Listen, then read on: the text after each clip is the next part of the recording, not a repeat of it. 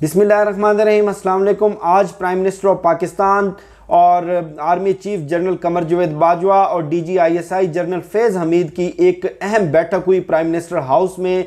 इसकी तफसीलात से आपको आगाह करूंगा और उसके साथ साथ सानिया मर्च में मुलविस दहशतगर्द नेटवर्क पकड़ा गया।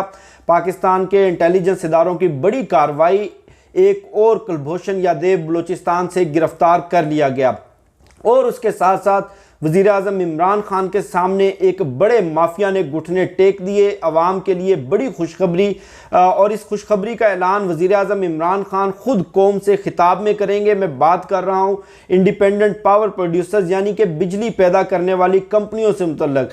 आप आए रोज़ ये सुनते होंगे कि आज बिजली की कीमतों में 1 रुपया यूनिट इजाफा कर दिया गया, 2 रुपये यूनिट इजाफा कर दिया गया। हर महीने इजाफे पर इजाफा, और आपके बिजली के बिल गुज़श्ता साल के बिजली के बिल की बनिस्बत बहुत ज़्यादा बढ़ चुके हैं।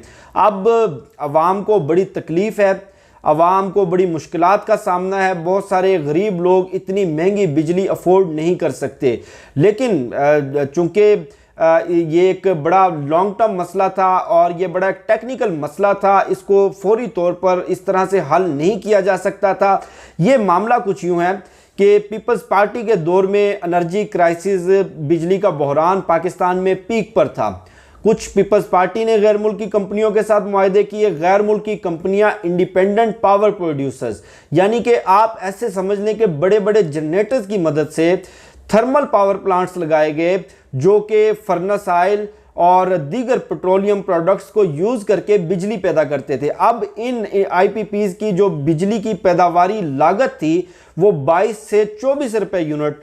फिर कुछ पाकिस्तान मुस्लिम लीग नून ने मुआहदे किए और पाकिस्तान पीपल्स पार्टी के दौर में 4000 मेगावाट के मुआहदे किए गए, जबकि मुस्लिम लीग नून के दौर में 12000 मेगावाट के मुआहदे किए गए।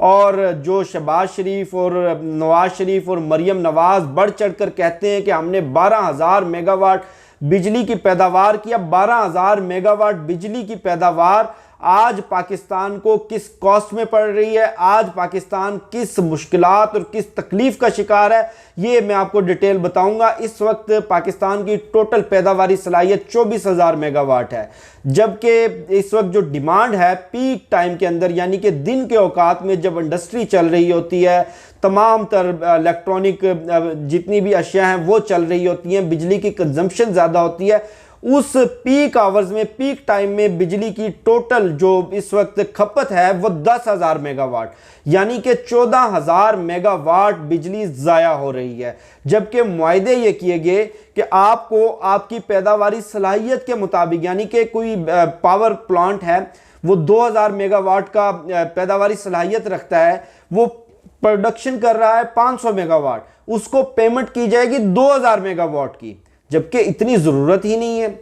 और इस वक्त गर्मियों के अंदर जब बिजली की खपत अपनी पीक पर होती है 20 से 21,000 मेगावाट की कंजम्पशन होती है, डिमांड होती है, जबकि सप्लाई 19 से 20,000 मेगावाट, और जो हमारा सिस्टम है, हमारी ट्रांसमिशन लाइन है वो 20,000 मेगावाट से ज़्यादा का बोझ बर्दाश्त नहीं कर सकती। यानी कि 4 से 5,000 मेगावाट 150 से 200 अरब रुपए की बिजली सालाना ज़ाया जा रही है। और उसके साथ साथ जो इनके साथ मुआहदे किए गए डॉलर के एक्सचेंज रेट के मुताबिक मुआहदे किए गए, जिस वक्त ये मुआहदे हुए डॉलर 90 रुपये का था, आज 165 रुपये का है। और उसके साथ साथ इनकी जो कॉस्ट है वो 22 से 24 रुपये यूनिट, जो गवर्नमेंट इतनी महंगे दामों बिजली खरीद कर आम सार्फिन को 7 से 8 रुपये यूनिट मुहैया कर रही है।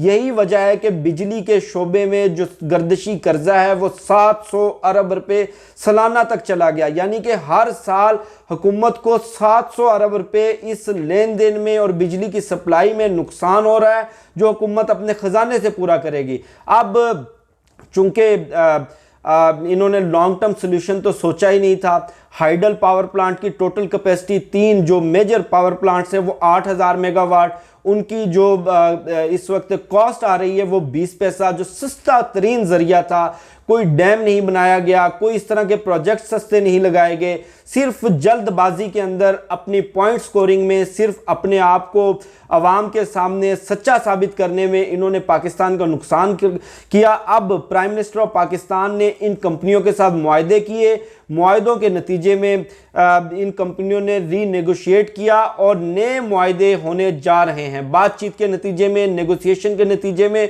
और इन कंपनियों ने जो गुज़श्ता सालों में, गुज़श्ता हुकूमत में नाजायज़ नफ़ा लेती रही, महंगी बिजली देती रही, उस नाजायज़ नफ़े में से 270 अरब रुपया गवर्नमेंट ऑफ पाकिस्तान को वापस करेंगी और टोटल 400 अरब रुपया वापस करेंगी। और बिजली की कीमतों में 3 रुपये फी यूनिट कमी पर इत्तफाक हो चुका है।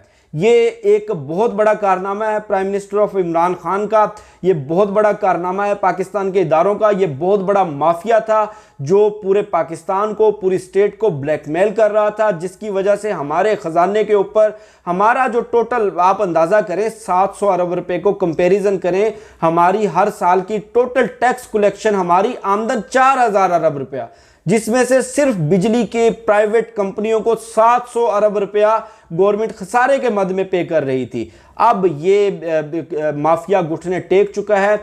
और उसके साथ साथ आज general Qamar Javed Bajwa, DG ISI और इमरान खान की एक अहम मीटिंग हुई और सिक्योरिटी सूरत हाल के हवाले से ब्रीफिंग दी गई।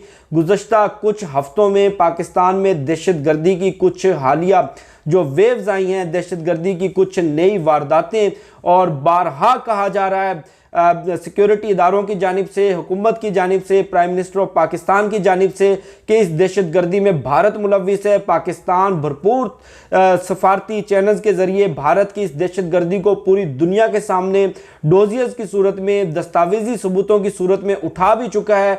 गुज़श्ता वीडियो में जैसे मैंने शेयर किया, पाकिस्तान के सफारती सतह पर यह मामला उठाने से भारत को कितनी बड़ी सफारती जिल्लत का सामना करना पड़ा कि सलामती कौंसिल की 3 अहम तरीन कमेटियों से हाथ धोने पड़े भारत को।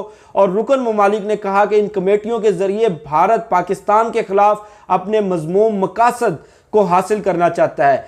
गुज़श्ता दिनों बिल्कुल इसी तरह की एक और साजिश घड़ी गई भारत की जानिब से। पहले हज़ारा कम्युनिटी के 11 मजदूरों को इंतहाई बेदर्दी से भारतीय दहशतगर्दों ने शहीद किया। उसके बाद पूरे पाकिस्तान में फ़िरका वारियत की और इंतहा पसंदी की लहर फैलाने की कोशिश की गई। पूरे पाकिस्तान की जो कमज़ोर फॉल्ट लाइन्स हैं, पाकिस्तान की जो दाखिली चैलेंजेस हैं, उनको बढ़ाने की कोशिश की गई, दाखिली तकसीम को बढ़ाने की कोशिश की गई। आज इस मीटिंग के अंदर जनरल कमर जावेद बाजवा ने, डीजी आईएसआई ने प्राइम मिनिस्टर ऑफ पाकिस्तान को एक बड़ी खबर दी है और एक नहायत अहम ब्रीफिंग दी है। भारत का दहशतगर्दी का नेटवर्क बलोचिस्तान से पकड़ा गया है और इस नेटवर्क को चलाने वाला सबसे अहम कारिंदा आप कह सकते हैं कि कुलभूषण यादव 2, जो कि भारतीय खुफिया एजेंसियों का आला अफसर है, वो भी गिरफ्तार हो चुका है और पूरे नेटवर्क का कला कमा कर दिया गया है। करीबन 8 से 9 अफराद को गिरफ्तार किया गया जो कि बलोचिस्तान में और पाकिस्तान में टारगेट किलिंग और दहशतगर्दी की वारदातों में मुलव्विस थे। और प्राइम मिनिस्टर ऑफ पाकिस्तान को ब्रीफिंग दी गई, अभी खतरात टले नहीं हैं, अभी खतरा बाकी है, सिक्योरिटी थ्रेट्स बाकी हैं, भारत इस तरह की हरकतें करेगा, भारत हमारी कमज़ोर फॉल्ट लाइंस को निशाना बनाने की कोशिश करेगा। और साथ साथ आज की इस मीटिंग में सबसे अहम ब्रीफिंग डिजिटल मीडिया पर, सोशल मीडिया पर पाकिस्तान के खिलाफ, अफवाज पाकिस्तान के खिलाफ और पाकिस्तान की दाखिली तकसीम को मज़ीद वसी करने के लिए भारतीय प्रोपेगेंडे का नेटवर्क भी पकड़ा गया। करीबन 80,000 जेली अकाउंट्स पाकिस्तान के इंटेलिजेंस इदारों ने पकड़ लिए, जो इस मच इंसिडेंट से हज़ारा कम्युनिटी के साथ जो इतना बड़ा जुल्म हुआ, इसको अपने मकासद के लिए इस्तेमाल करके पाकिस्तान में फ़िरका वारियत फैलाने में मुलव्विस थे और पाकिस्तान में इस तरह की इंतहा पसंदी फैलाने में मुलव्विस थे। उन अकाउंट्स की डिटेल इन ट्विटर, फेसबुक और यूट्यूब के इदारों को हुकूमत पाकिस्तान बाकायदा दस्तावेजी सबूतों की सूरत के अंदर शेयर करने का और तमाम बैनुल-अक़वामी इदारों में, अक़वाम मुत्तहिदा में, सलामती कौंसिल में और जो बैनुल-अक़वामी बरादरी है, तमाम के सामने भारत की दहशतगर्दी का, भारत का मकरू चेहरा दुनिया के सामने उठाने का फैसला कर लिया गया है। और कुछ मज़ीद चैलेंजेस हैं, कुछ मज़ीद थ्रेट्स हैं जिनके हवाले से प्राइम मिनिस्टर ऑफ पाकिस्तान को ब्रीफ किया गया आज की इस मीटिंग में। इंशाल्लाह हम दुश्मन का हर वार, दुश्मन की हर कोशिश नाकाम बनाएंगे, मुत्तहिद होकर, एक कौम होकर, और दुश्मन को मुकम्मल शिकस्त देंगे। मुझे शफकत अली को दीजिए इजाज़त। इंशाल्लाह फिर नेक्स्ट वीडियो में मुलाकात होगी। पाकिस्तान जिंदाबाद।